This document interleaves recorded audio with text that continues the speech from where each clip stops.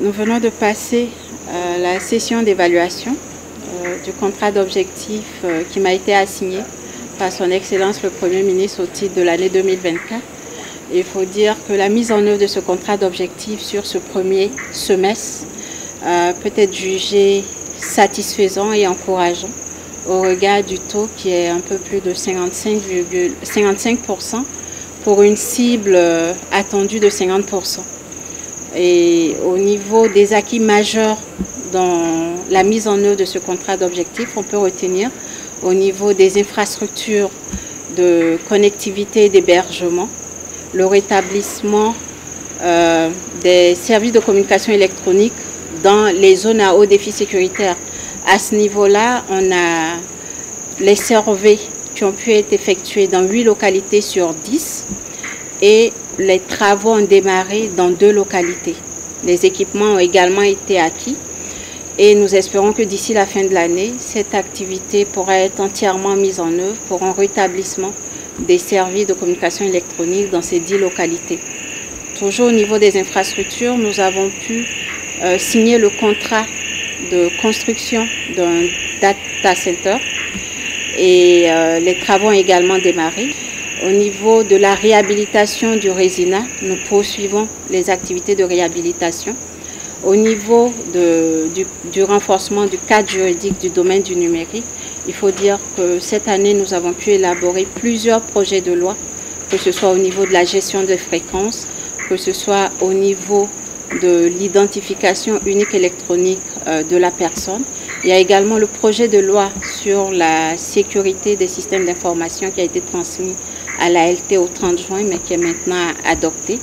Et également le projet de loi sur les activités postales qui est disponible. Au niveau de la dématérialisation, comme vous le savez, nous sommes vraiment dans une dynamique d'accélération de la dématérialisation des procédures de l'administration publique. Donc pour l'année 2024, nous avons avec tous les acteurs, c'est-à-dire les DSI et les métiers, élaboré la feuille de route de cette année 2024. Les acteurs sont déjà à pied d'œuvre pour la mise en œuvre de cette feuille de route avec un objectif d'au moins 100 procédures à dématérialiser.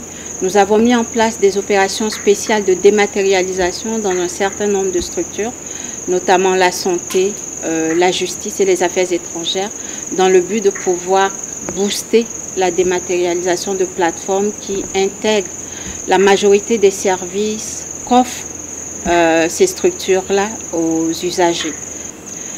J'aimerais également au niveau des activités postales signaler la mise en place d'une plateforme cashless au profit des PDI pour leur permettre de pouvoir bénéficier de l'aide du gouvernement. Toujours au niveau de la Poste, la mise en place des maisons du citoyen que nous avons entamées. Ces maisons du citoyen qui seront basées sur le réseau postal seront des lieux d'assistance pour accompagner nos populations à accéder aux plateformes qui seront mises en place et pouvoir ainsi accéder aux services de l'administration. Je ne peux terminer de parler des acquis majeurs sans mentionner la mise en vigueur du projet PAC Digital, qui est un projet important qui nous permettra en tout cas de faire bouger les lignes.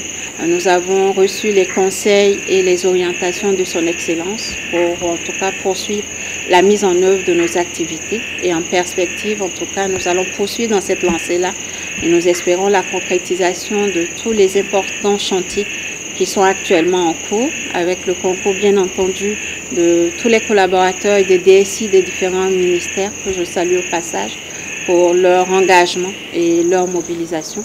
Et nous espérons, nous venons de passer la session d'évaluation du contrat d'objectif qui m'a été assigné par son Excellence le Premier ministre au titre de l'année 2024. Il faut dire que la mise en œuvre de ce contrat d'objectif sur ce